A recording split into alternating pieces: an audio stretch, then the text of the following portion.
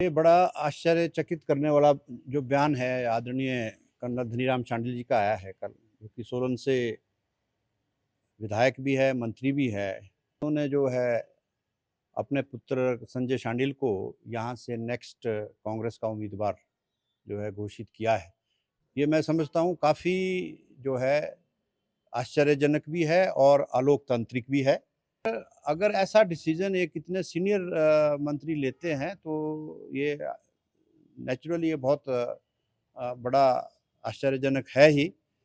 ऐसा जो है कभी हमने सुना था कि मुगल काल में ऐसा हुआ करता था कि जो बेटे हैं वो अपने पिता को जो है, जो ऑलरेडी राजा महाराजा या बड़ी कुर्सी पे हुआ करते थे, उनको हटाने के लिए जो है प्रेशराइज़ करते थे।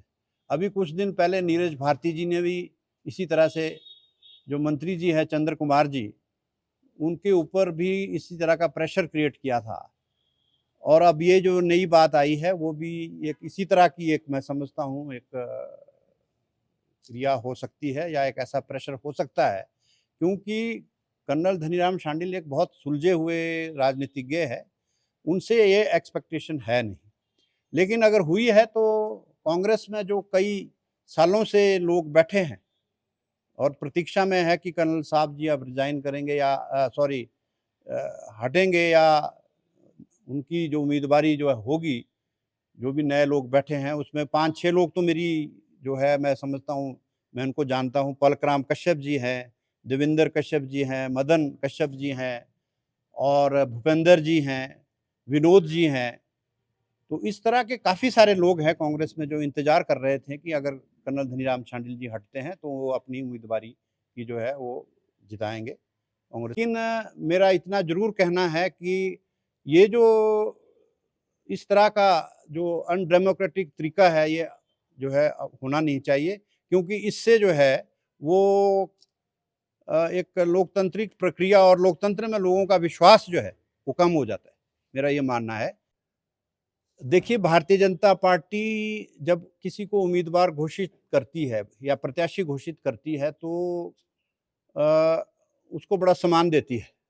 और जब तक कोई नए चुनाव नहीं आए और नया प्रत्याशी ना आए, तब तक जो है वो पूरी तरह से जो है उसके पीछे खड़ी रहती है। तो अभी तो मैं समझता हूँ भारतीय जनता पार्टी पूरी तरह मेरे साथ खड़ी है और जब तक कोई नया प्रत्याशी या नए चुनाव आएँगे, उसके बाद नया प्रत्याशी चुना जाएगा। बिल्कुल, देखिए मैं तो कहूँगा पिछले 2.5 वर्षों में यहाँ पे जो काम एक एमएलए को करना चाहिए था, एक मंत्री को करना चाहिए था, वो सोलन में हुआ नहीं। भारतीय जनता पार्टी के द्वारा चलाया गया यहाँ पे एक जो हॉस्पिटल हमने शुरू किया था, जिसकी बहुत सालों से डिमांड थी, वो आज हॉस्पिटल बिल्कुल लचर है, लचर प्रक्रिया उसमें चली है, धीरे-धीरे चल रहा है। तो हेल्थ मिनिस्टर साहब को तो ये चाहिए था कि सबसे पहले अपने ज़िले को तो सब देखते हैं, अपने कॉन्स्टिट्यूएंसी को देखते हैं, अपने शहर को सब देखते हैं। तो मैं समझता हूँ आज ये हॉस्पिटल कंप्लीट होना चाहिए था। जहाँ यहाँ पे और भी कई बहुत सारे कार्य थे, पार्किंग की बात हुई है, कई वर्षों से पार्किंग की बात चल रही है, कर्नल साहब ने उठाया है कि मैं आर्मी से इसको एनओसी दिलाऊँगा। चंबा घाट से यहाँ रेस्ट हाउस तक का एक रोड है, फुटपाथ जिसकी इनॉग्रेशन हुई है, इलेक्शन से इमीडिएट पहले हुई थी कभी 2017 में, वो भी आज दिन तक कंप्लीट नहीं हुआ। हमारी पानी की स्कीम है कंडा घाट में 54 करोड़ की, वो अभी तक पूरी नहीं हुई है। और इसी तरह से बहुत सारे प्रोजेक्ट हैं जो खड़े हैं बिल्कुल, उसकी ओर कोई ध्यान नहीं दे रहा है। और ये जो छोटी-छोटी चीज़ें हैं उसको जानबूझ करके फेंका जा रहा है कांग्रेस के द्वारा कि लोगों का ध्यान जो है डेवलपमेंट से किसी और की तरफ जो है भड़काया जाए।